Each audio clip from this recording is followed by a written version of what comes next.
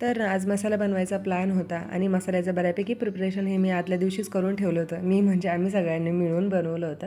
सकाळी मस्त नाश्त्यामध्ये उपमा बनवला होता. म्हटलं नाश्ता वगैरे करून घ्यावा आणि स्वयंपाकाचा काय आज प्लॅन नव्हता, कारण मम्मी बोलली की एवढं करता करता खूप वेळ लागेल, आपण बाहेरूनच काहीतरी मागू. इथे ना मम्मीचं काहीतरी मोबाईलमध्ये प्रॉब्लेम झाला होता, तर तोच आम्ही सॉल्व करत होतो.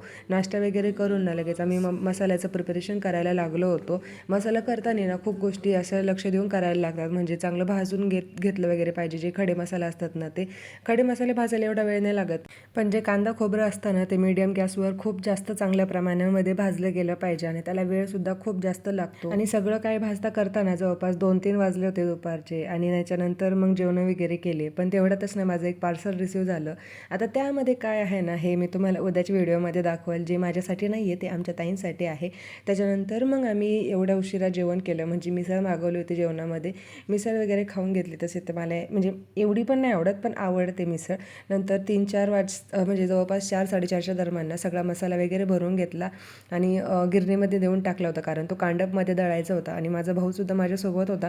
मग तो बोलला चल आपण पाणीपुरी खायला जाऊ. मग येता येताना मस्त माझ्या आवडीची पाणीपुरी खाऊन आलो, जिथे की मी कॉलेजला असताना क्लासला असताना प्रत्येक टाईमला म्हणजे जवळपास आठवड्यातून 2दा तरी आम्ही तिथे पाणीपुरी खायला असायचो. आणि भरपूर वर्षांनी मी तिथे पाणीपुरी खायला गेले होते. संगमनेरला गेले ना की मी बाकीचं तर खातच असते, पण खूप वर्षांनी ही मला ओपन दिसली पाणीपुरी. मग आम्ही गेलो, तर आमचा मसालासुद्धा छान बारीक करून झाला होता. मग आलो आणि जेवण वगैरे केले आणि रात्री जवळपास 1-1:30 वाजले होते मला झोपायला.